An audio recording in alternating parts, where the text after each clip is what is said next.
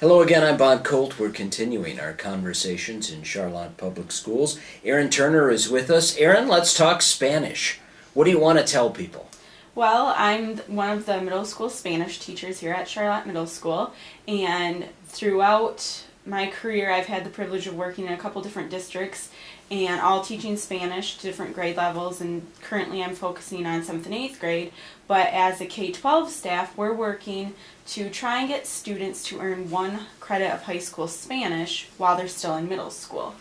So in about 2006, the Michigan Department of Education decided that they would require students to graduate with 2 credits of a foreign language. That's great. And that was, yes, as a language teacher I was very excited about that. And so schools since then have started to develop middle school programs and elementary programs to help get that credit out of the way before they're at the high school level. And so our elementary department and middle school and high school departments are all working together, and in the start of 2008, that was the first year that we had an elementary and middle school program. So since then, each year we're getting more students with more knowledge of Spanish. So my current 8th graders started in 3rd grade, and I'm seeing much more from them than I've seen in previous years, so it's definitely working.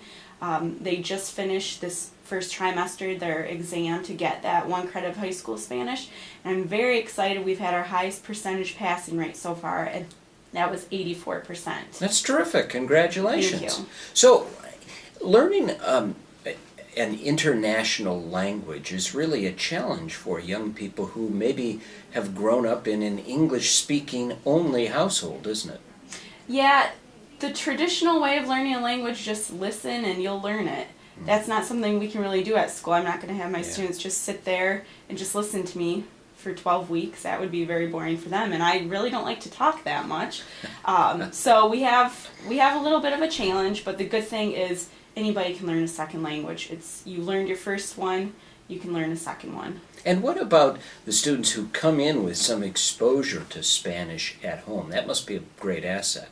Definitely. We do have a few native speakers that have family members that speak Spanish, so it's great to have them in class. They're more advanced than some of our other students, but it's a great learning opportunity for me and the students. I'm not a native speaker of Spanish, so I don't know as much Spanish sometimes as a native speaker would. Most of the time probably they know way more than I would know, and so it's nice for the kids to see that there isn't always just one way to use a language. Even with English, there's multiple ways to say one sentence, and the students sometimes get too focused that I have to say everything 100% correctly, and to have another person who's fluent in Spanish in the room helps a lot. And so how do young people really absorb a language? It's something that seems to be easier for a lot of young people than an old person like me, that they would just absorb this stuff and be able to process it simply.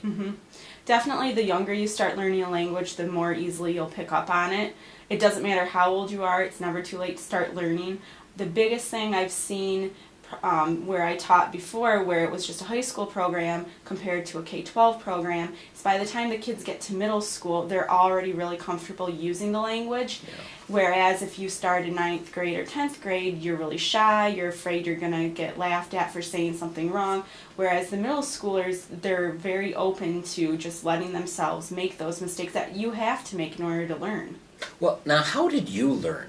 How did you learn Spanish? Did you actually travel to a Spanish-speaking country? Did you actually learn from the book like a lot of traditional people? But how did you actually become proficient?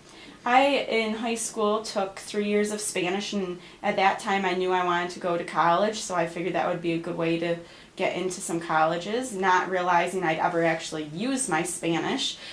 So luckily I liked it at an earlier age, and then in college I studied for 4 years, and I also spent 2 summers in Mexico at different universities, living with families and on campus with Mexican students. So I started off by learning it the traditional way, and then once I got to college I was more exposed to it. Where I grew up there weren't very many Spanish speakers, and at that time we didn't really have the internet to just listen to people from around the world, so I really relied on my teacher.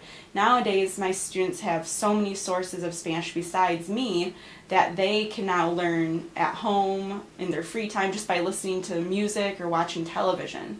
Watching television would be a great way to learn a language. They can watch a Spanish-speaking television show and probably pick up, a lot of things. But they not only have to learn how to speak Spanish, they have to learn how to read it and write it. And that's a challenge too, isn't it? Yeah, speaking is by far, when I ask students at the beginning of the year, what is your main goal? Well, they want to speak Spanish.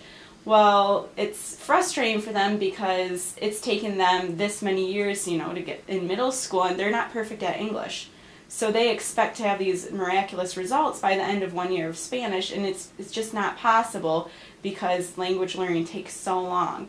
But then when we throw in the other modes of the reading, writing, listening, we throw in culture, it does put a lot on their plate. But the good thing is that it helps support the language arts program, because all of the things that we're doing in Spanish, they're doing at some point in language arts as well. Well, so let's go through this reading, writing, culture kind of conversation, if you would, with me, Erin. So from a speaking sort of comparison between Spanish and English, for those who might be watching this, how are the languages different? Well, the most obvious difference that the kids pick up on right away is it seems to be backwards. And in all reality, it's really not that backwards from English, but the details are, as far as if you're going to describe something, the big dog, in Spanish you'd flip it around and say the dog big. And so the kids pick up on that right away, and then the fun little grammatical points of upside down exclamation points and upside down question marks at the beginning of sentences, those sometimes the kids either they forget about them or they want to put them in all over the place because it's so different. So there's little things that are different that the kids really focus on, but I try not to let them get stuck on those differences and see the similarities, because it makes it so much easier to learn if they can see the comparisons. For me, I felt like in my Spanish class in high school, I learned more about the English language than I did in my language arts class. What do you mean? Just because, at least when I was learning Spanish, the focus was very much grammar based.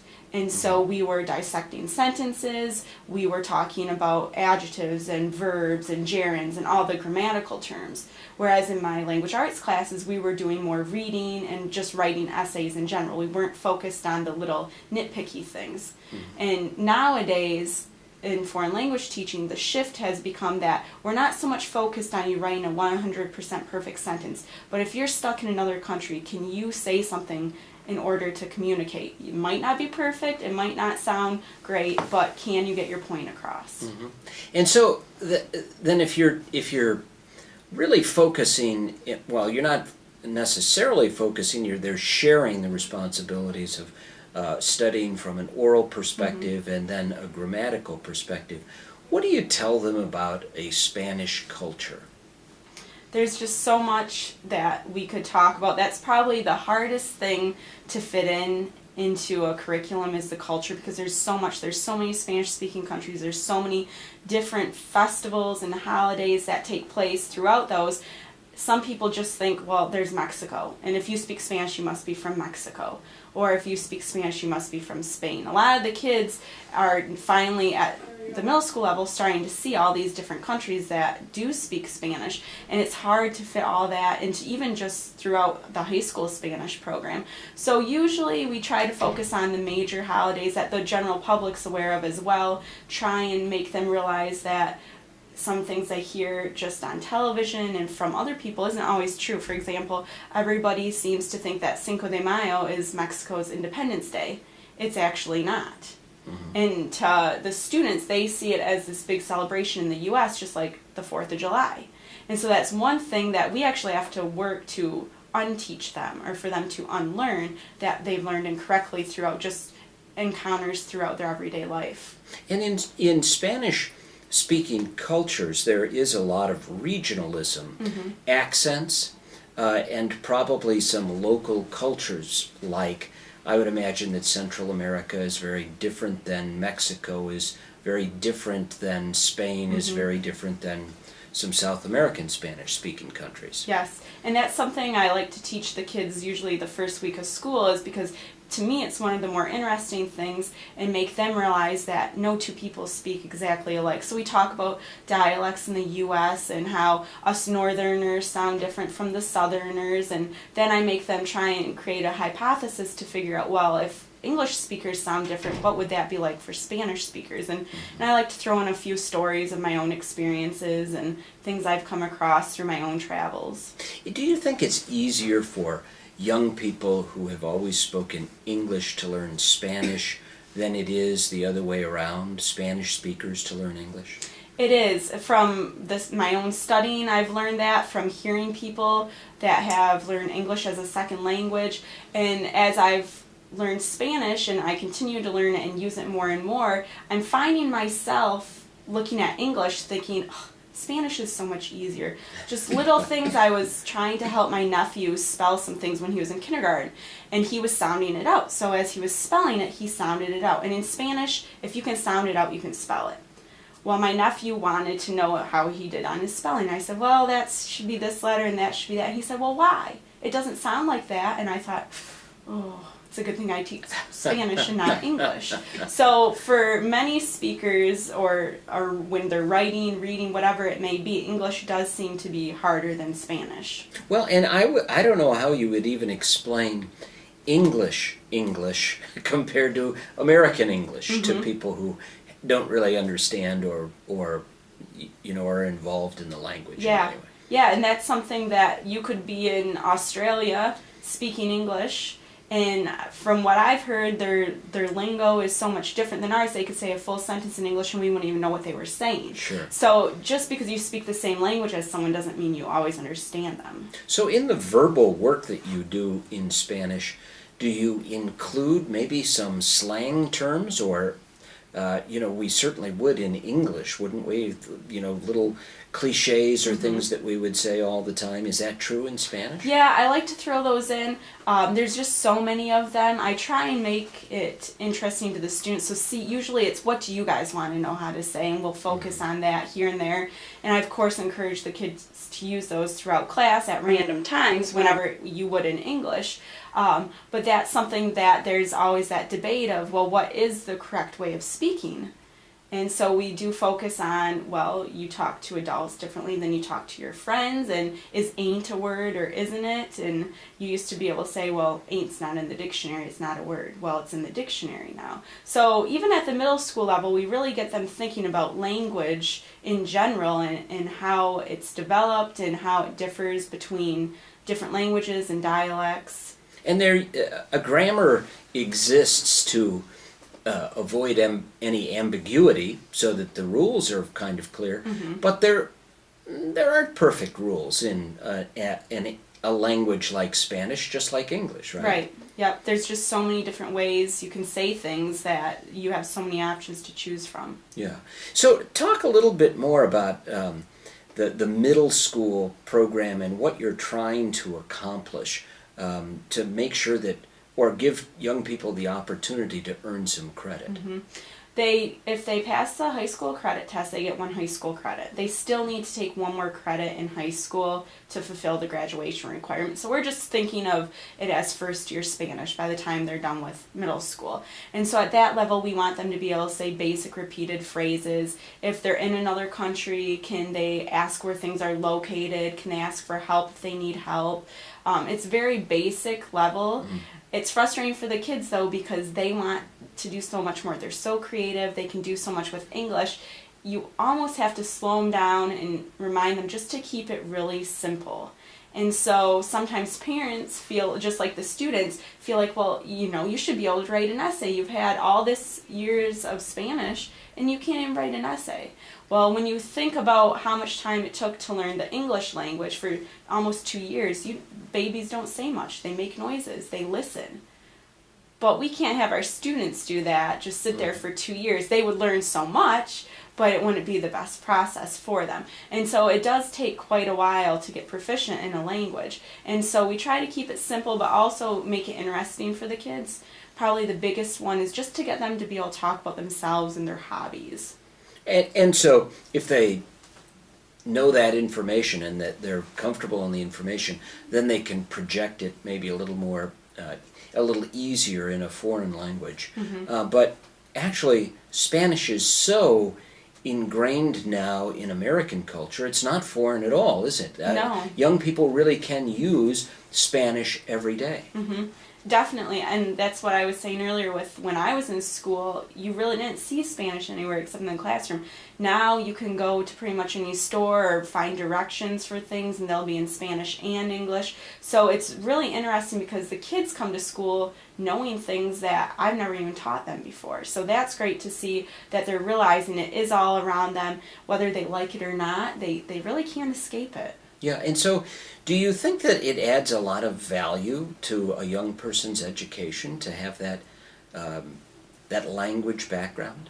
It does. I don't think the kids realize that learning a language can help you in other subjects as well, just by activating different parts of their brains. But the other thing that the students don't really think about yet in middle school is that they're eventually someday going to be competing with people from all over the world. Now, it's a global society, and people over in Europe, they know multiple languages, more than two usually, because their countries are so small. You drive 2 hours and you're in a different country, sometimes in multiple directions. And so for our students, that would be like traveling to Ohio and having them speak a different language.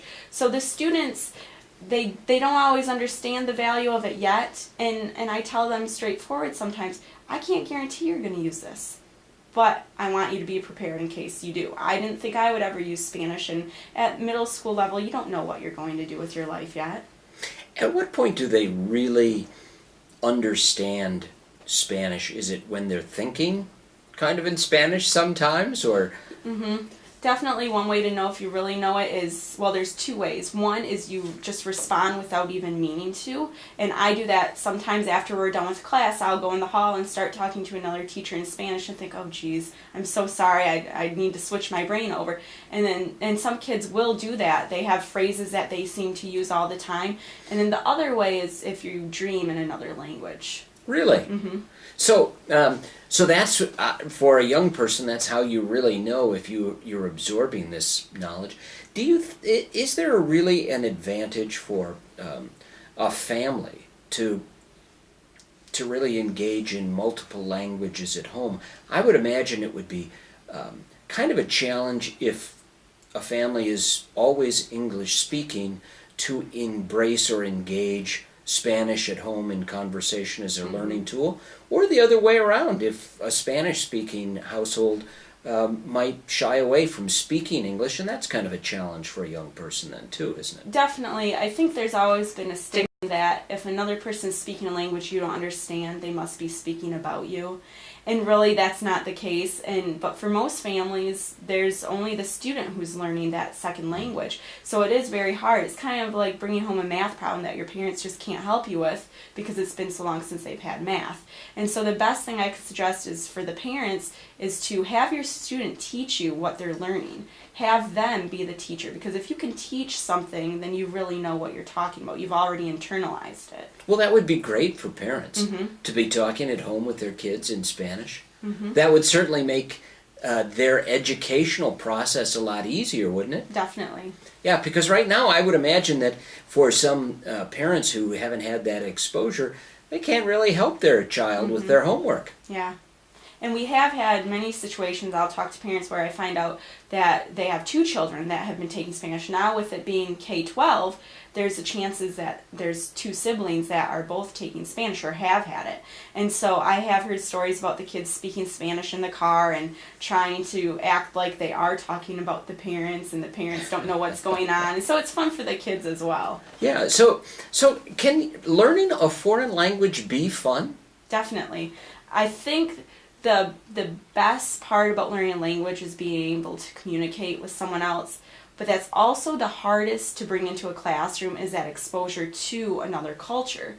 If I could just take all my students to another country just for a week and just have them take it all in, I think many of them would fall in love with the language. Yeah, the language, and to see all of the cultural little differences that coincide with the use of that and implementation of that language.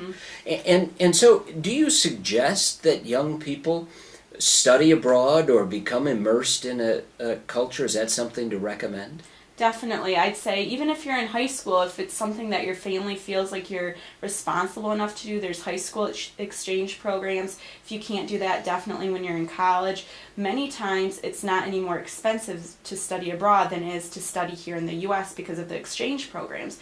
And that's something everybody I've talked to, whether they had a good experience or not, has come back a different person. They're just open to so many more things, and they really understand how society works and how different cultures work. So it's not just language, it's an immersion in the culture that's helpful to a lot of people.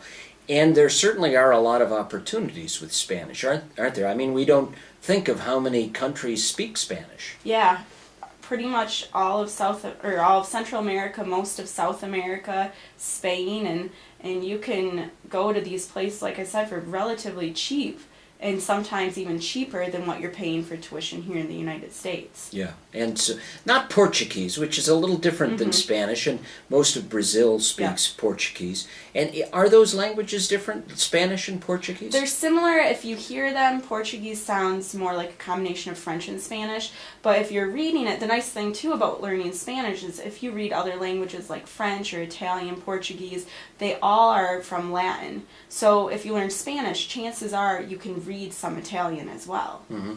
Well, Erin, it's been great to talk with you again. Thanks Thank for you. sharing knowledge. I'm Bob Colt. We'll continue our conversations throughout the Charlotte Public Schools.